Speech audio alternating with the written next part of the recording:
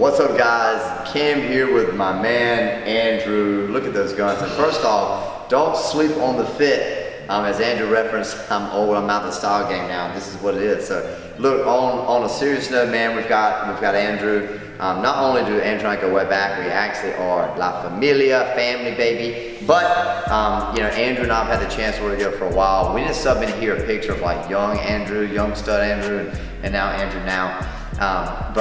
Andrews has had an ankle injury. It's been some weeks now. Andrew, about how long has it been week-wise?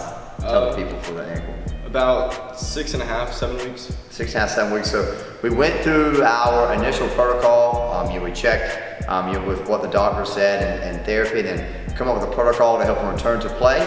And we've been through our first phase and now through our second phase.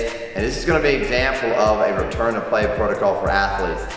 I'll preface by saying we've already done some tests. We have a pretty good idea, but Andrew's going to give us a lot of examples and things that we want to know. And if we think about it, guys, if we want to return to our sport, I think that's something that's not talked about enough intelligently. Is we just can't go from 0 to 1,000, and we need to take some time to progressively work up to the intensities that we're going to be experienced or we're going to experience and be exposed to in a game scenario. And Andrew, go ahead and tell them again like what your positions are on the field. So I play strong safety, so anything that's pass related or any run game I'm running up on, so I'm doing a lot of cutting, a lot of sprinting down the field. Absolutely. So again, and if you reference a recent article, draw on Andrew, he's the kind of guy that can close the distance fast, and Andrew's just an explosive guy, and again, Andrew really is a fast dude. He's one of our faster athletes in the building, and he's really worked to build that explosive strength and power, because you already know that's what we do here, baby. Absolutely. So Andrew is going to start with a simple ankle stability test. We call it the STAR test. So I'm going to just use his injured ankle. What I'm looking for here is how well can he move in an ankle. We like to say for return to play, mobility, stability, strength. So this is going to be a little bit of twofold. So Andrew, what I want you to do is just, you know the deal, we're going to tap those cones away as we can. Try and create the most distance from that little diamond that we have. And we can push back. Once the test starts, I don't want you to tap that right foot down. I want you just to go solely cone to cone until we can.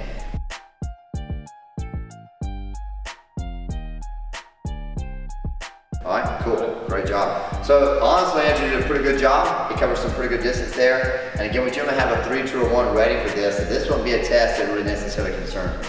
If we think about it in sport, you know, everybody loves to talk about the weight room, right? Inside the guy who just does bench press and curls and thinks it's going to affect the performance.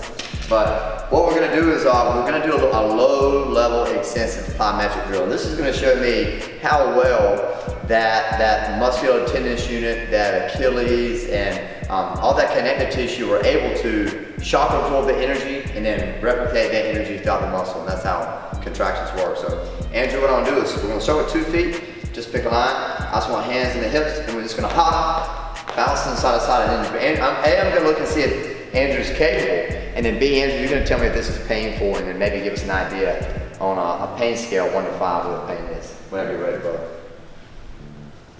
Nice. Let's get 10 hops. There we go. And relax. Andrew, just go ahead and tell us 1 to 5 what the pain's at. How'd that feel? I'd give it about a 1.5. It hurt jumping, just jumping to my left. I probably put the pain on, but coming back to my right, it was all right. And again, we had an inversion sprain, so Andrew, your ankle sprain with the ankle pointing, correct? Yep. Showing the inside. That's probably one of the more common sprains when we're talking about athletes. Normal again is he's feeling that shear force external that he's feeling a little bit that discomfort. Now let's just go linear, Andrew, 2 feet, forward. Just focus on that bounce on the ground whenever you're ready. 10 reps. Nice, right. Let's go ahead and get that 1 to 5 and tell me a little bit how that felt. I'd probably give that one. That one didn't hurt at all. Okay. So there we go again. We see a linear test. Andrew's pretty comfortable, but we know again in sports, that's in your position, we're going to have to be to change direction, especially stick on this guy like blue and cover that distance really fast. So we're going to have to really try and look at that change direction. So now let's just take it to a single leg example. We're going to go to the injured leg, and I just want you to take it side to side. See if that's possible, very controlled, very short distance. You notice we're not doing this over a huge amount of space. We're going to try and minimize risk because we're trying to get some updated information and data. Let's go 10 hops. relax? That one was, I'd probably give that one about a 2.5. It felt very unstable, like it was hard to do it, but. Very unstable. We see an increase in pain. Now we can start raising that red flag of, okay, if we think about this guy and a gaming experience, even though we're almost 8 weeks in this process, should we be go ahead and doing max effort stuff? And this is really important, guys. If you're working with athletes, if you're a coach, if you're a performance coach, we should have some idea. If you have an expert in the building that is your on your athletic training side or maybe your corrective side, hopefully they have a very high level experience and they're putting effort in making sure we have some kind of protocol. If you don't, look up some research and get some information on what is a good practice to have some idea, so we just don't go from 0 to 1,000, take this guy who's on the mend and now maybe take him out for the entirety of the season. So I just want you to hit a lunge. We're gonna control down and then come up, and you're just gonna show me stability. So I want you to put your foot on the inside of our line, match that foot, the other side of the inside of the line. We're just gonna do a line test, and I'm gonna go 2 reps with the injured foot back, and then 2 reps with the injured foot forward, and let's just get some information. So that's just gonna tell me again, mobility, stability, what does all this stuff look like? We could use loaded examples, but we're not even gonna do that. So whenever you're ready, Andrew. So you've got your foot, that one's just gonna match on the outside, going up the travel line, staying tight. You're gonna come back and just give us some feedback. Once we get 2 reps in, let's go 2. Now you're gonna reset, switch feet, and we're gonna go 2. That's it. And 2. Give me some feedback, brother. Well, with my lunging with my my left foot back, there was definitely a lot of pain, like in the front of my ankle. I couldn't, the dorsiflexion on it, I couldn't go down very far. So I'm having to lift my heel further up off the ground and get further down. So we're taking all this stuff, we're seeing we have a little bit of an issue with the dynamic stuff, we're seeing now we have some issues at greater range of motion. Again, if you look in football, when I'm making a tackle, Andrew's gonna be in a really dorsiflex position in some pretty low extreme angles. And again, and especially when we're in the game, in the heat of the moment, whether I'm making a play on the ball or I'm making a play on an opponent, there's just not really a great way to dictate those. And we want to experience those shearing forces in different angles.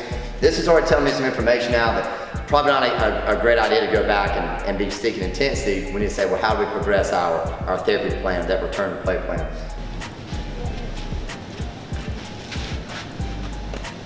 So we're just gonna do some dynamic stuff. And if we're gonna find an issue at this distance, we know that game environment stuff is just not a good idea at all. All right, Andrew, so what I wanna do is let's just see a linear deceleration. Give me that. And we're gonna break down. So we're gonna go the injured ankle. I want that to be an ankle, the one that's gonna be that stop ankle. Really control, we're not gonna do a maximum effort, just a controlled stop. I'm gonna break down. Tell me how that felt. There's definitely some pain in the front of it again, but starting to feel that pain. Now this is where I feel like we're gonna see the majority. First thing we're gonna do is a crossover step, right? Someone gets biased from at the crossover step to get to them. Andrew, we're gonna go the inside leg. I just want you to cross over, come to balance. Crossover, now we're starting to push and stop, guys. We're getting out of that sagittal plane, get a little bit more in the frontal plane, and some of the transverse. One more, talk to me. there wasn't much pain on that because I was breaking on my right foot. So let's go back on the opposite side. yeah. Now start on that cone for me. Face me. There you go.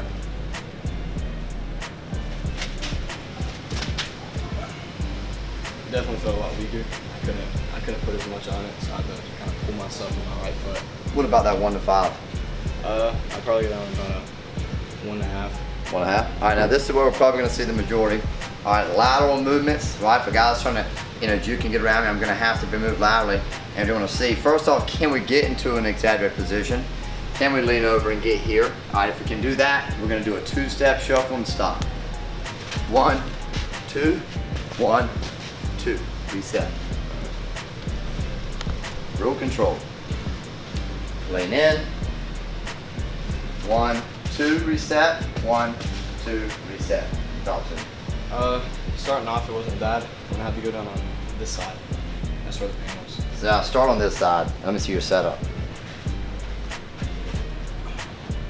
So now, we can start there. Hard to get set up here, right? I can't keep my heel on the ground when I go down. can't keep the heel on the ground. So already, man, I'm already making this notice, guys, and it's already pretty obvious that it's not a great idea. So again, man, coach is even still like pushing this guy to do something before ready. That's kind of the old school ignorance of like, hey man, rub some dirt on it, brother. You know, we want to make sure we're ready to go, especially if we got an asset to the team. Why ruin the asset when we can take it, enhance what we're doing, take some informed information, and make sure we're on the right track.